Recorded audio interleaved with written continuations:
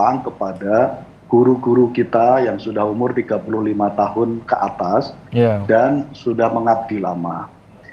Nah, saya tidak setuju dengan kebijakan Kemendikbud karena seleksi 1 juta P3K ini ditempatkan pada seolah-olah suasana normal.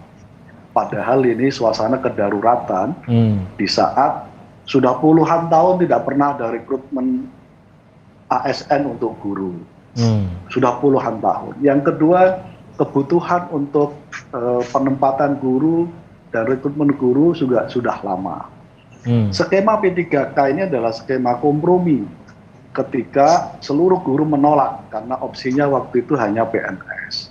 Lalu diterima apa adanya P3K ini dengan harapan ada afirmasi untuk para guru senior yang sudah mengabdi lama dan menjadi guru sebagai panggilan hidup, bukan hal yang lain gitu. Nah, saya merasa semestinya ada masa transisi di dalam kebijakan terkait dengan seleksi P3K ini.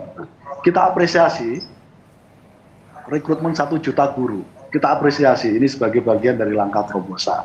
Tapi saat yang sama belum mencerminkan suasana kedaruratan dalam rekrutmen para guru kita yang sudah berpuluh-puluh tahun. Nah, karena itu kami mengajukan tambah afirmasinya. Yang 35 tahun ke atas jangan hanya 75 poin gitu. Tambah sebagaimana diajukan oleh teman-teman P2G. Saya malah menyarankan skemanya seperti kita melaksanakan PPDB. Jadi ada jalur zonasi, ada jalur afirmasi, jalur prestasi guru honorer, dan seterusnya dan seterusnya. Bukankah kita juga melaksanakan ujian nasional diserahkan ke sekolah-sekolah sesuai dengan kemampuan sekolah-sekolah? Gitu. Dan di situ juga mencerminkan betapa ada perbedaan kualitas mutu di sekolah masing-masing. Gitu. Nah, dengan passing grade yang tinggi dan sama di seluruh Indonesia, dengan update ilmu pengetahuan yang berbeda karena tempat geografis guru-guru kita yang ada di pelosok-pelosok, pasti Mas, sampai kapanpun tidak akan ada yang mencapai passing grade. Gitu. Saya mencontohkan ada salah satu kabupaten di NTT misalnya, ada salah satu kabupaten di sana kuotanya 1.200. Yang masuk dan lolos passing grade yang daftar hampir 1.800. Yang lolos hanya 18, Mas. 18 guru. Gitu.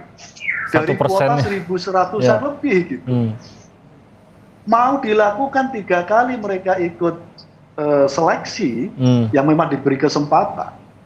Saya bayangkan juga nggak akan ada progres yang signifikan gitu dari kuota 1.100 gitu, yang sekarang hanya lulus passing grade 18 orang gitu.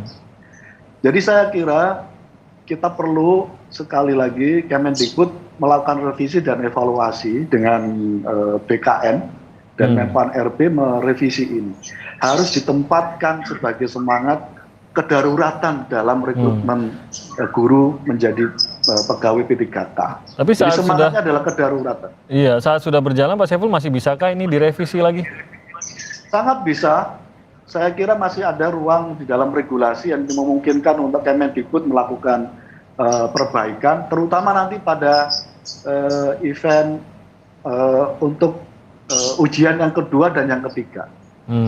Jadi kalau yang pertama ini misalnya sudah misalnya belum sudah regulasinya ditetapkan begini, saya kira untuk nanti yang tahap ujian kedua dan ketiga dilakukan evaluasi. Sekali lagi, berbagai diskusi bahwa passing grade ini sudah ideal, sudah sesuai dengan kebutuhan dalam rangka meningkatkan mutu guru, kualitas guru, is okay. Kita nggak ada masalah. Tapi semangatnya hari ini adalah kita mengafirmasi karena dalam suasana kedaruratan untuk mengutamakan para guru kita untuk dapat kesempatan untuk diangkat sebagai P3K. Nah, karena itu kita merekomendasikan untuk dilakukan revisi perubahan dari aturan menyangkut soal seleksi P3K ini. Baik, saya ke Ibu Unifa. Bu Unifa bisa mendengar suara saya? Ya, bisa. Oke. Bisa didengar? Baik, Ibu Unifa, saya ingin meminta tanggapan Anda. Tadi juga kita sudah mendengar bagaimana kisah Ibu Imas beserta suami ini menjadi salah satu saja sebenarnya cerita yang terjadi pada saat ujian P3K atau pengujian P3K ini dilaksanakan. Tapi mungkin Ibu juga melihat ada perjuangan-perjuangan guru honorer lainnya juga yang harus dijalani seperti Ibu Imas ini. Harapannya sangat besar, tapi mungkin untuk berani berharap ini tidak banyak. Kalau kita lihat angka-angka tadi dikatakan Pak Saiful, bagaimana sebuah daerah dengan 1.100 guru honorer yang berharap bisa mendapatkan atau menembus P3K ini, hanya 18 ternyata yang memenuhi syarat, Bu Uni. Ya, betul. Pertama, simpati dan hormat saya buat Ibu Imas dan seluruh sekitar lebih dari 1 juta guru honorer di luar sana. Jadi ini perjuangan panjang. Jadi kalau tadi Pak Saiful Huda ini salah satu ketua Komisi 10 yang sangat akomodatif dan enak diajak ke diskusi, ya saya mau apresiasi. Itu benar. Di dalam pengaduan kami 19.627 pengaduan dan kita sudah tutup pengaduan itu menunjukkan angka yang sama. Jadi 1,27% dari yang lulus dari afirmasi yang ada sekarang. Jadi kalau kita hitung 600.000 sekarang yang 600.000 yang ikut, jadi paling 6.000 yang akan lolos. Itu kalau dengan model pola sekarang. Jadi sama persis. Upgrading or migrating your Oracle or SAP software can waste valuable resources needed for innovation and growth.